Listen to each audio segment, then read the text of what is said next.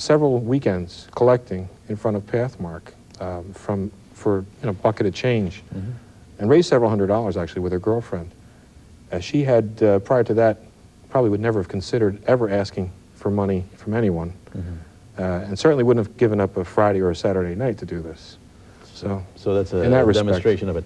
Okay, we'll repeat. The number is 1-800-541-WARM, WARM. Okay, we're going to take a break, and we're very happy to say that we're going to have two of your youngsters with us, and we'll be back after a break for these messages.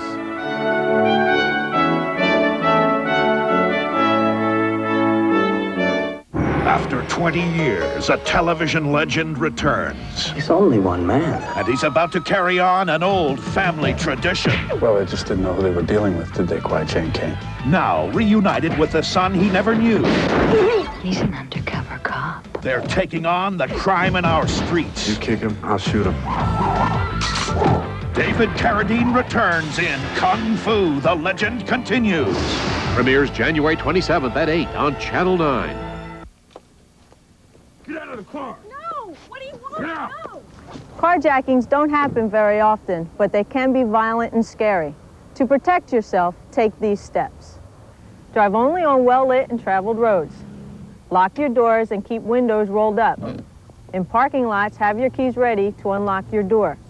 If your car is bumped, don't get out. Drive to the nearest police station. We're working hard to keep you safe. Let's work together. Joining Jeff Biggiani and Father Waller are two of Jeff and Debbie Biggiani's two children. We have Timmy, who's 7 years old, and we have Sherry, who is 9 years old. And welcome to the program. Thank you. Sherry, tell me, were you excited about getting involved in something like this with your parents? Yeah. Why was that? Well, because I knew that it was going to all go to the homeless and it would help them. And I haven't really heard about anybody else that's doing this for any of the homeless people, so I thought it was a good idea. What do your friends say about this? They thought it was a good idea too. And they just want to help too. Timmy, how about you? Well, my friends, see, they kind of got into it and they wanted to help. And one of my friends said if they were me, they would just donate all their money. Really? Yes. Have they done it? No. You gotta work on them a little bit, I think. Well. Yeah, obviously you're proud of these youngsters and the whole family. You've had contributions from your family, as you said, from the parish, from St. Rosalima Parish, where Father Waller is. Have you had help from other denominations, from other parishes? Contributions have been coming in from all over. We've had, I just actually got the toll-free number, Bill, and I noticed that there were calls from about 15 states, including California. And so they've been coming in from all over. The predominant area for contributions has been East Hanover, but it's growing. More and more I notice that the envelopes that are coming in are from out of state. We've had some large donations. I mean, people have given $500 without even a return address. Really? More than one. We've had several of those. We've had Canaan Baptist Church in Patterson sent us, I believe it was about $582. It was about 30 sleeping bags they wanted to contribute. From a Baptist church to a Catholic church-founded organization, I thought was remarkable. Yes, it certainly is. And we've had organizations of, like the Sisters of Charity, Sisters of St. Francis, who are very, very poor sisters. They don't even have the money to take care of their own retired sisters, sending us fairly large contributions. So I feel this must be a Holy Spirit-inspired idea. It would never take off like this. You agree, Father? I certainly agree. You know, that just goes in line with what the gospel speaks about.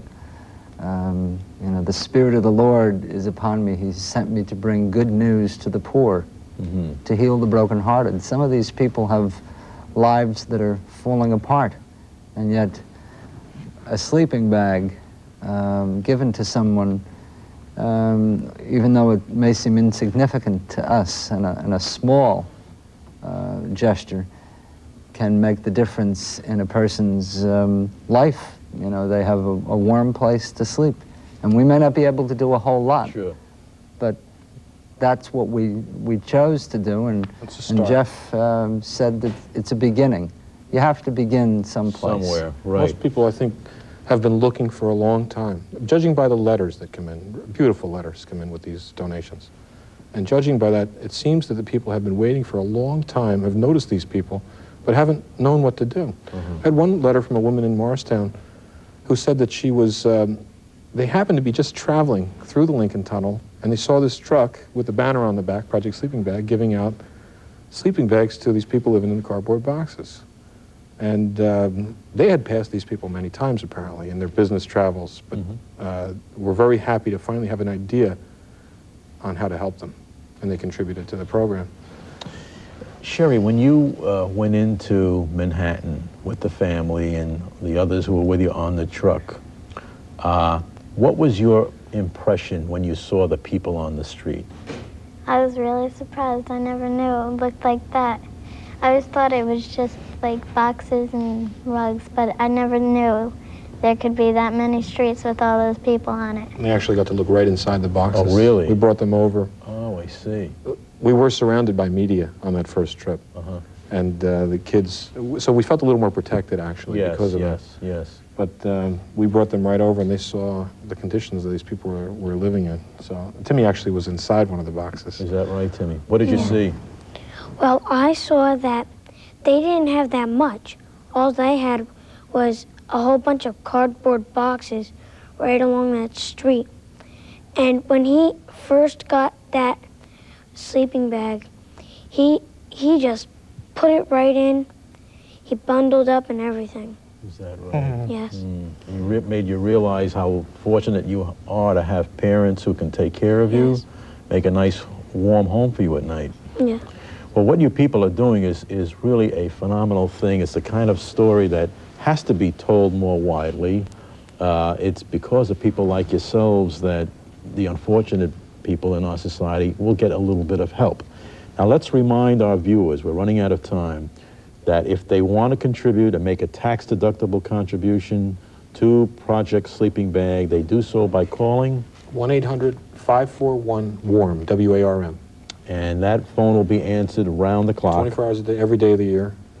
So call, and they'll be given an address that they can send any contribution they can to. Thanks for sharing a very good story with us, and thanks for being with us. Thank you for having us. Our guests have been Jeff Biggiani, his two of his children, Timmy and Sherry, and Father Charles Waller. A special thanks to Mary Acte of the Communications Office of the Patterson Diocese for her production help. And if you have any questions or comments about today's program, send them to Point of View in care of WWOR-TV, 9 Broadcast Plaza, Secaucus, New Jersey, 07096. Again, that number, 1-800-541-WARM. It's a good project. Thanks for being with us. I'm Frank DeRosa. Join us again.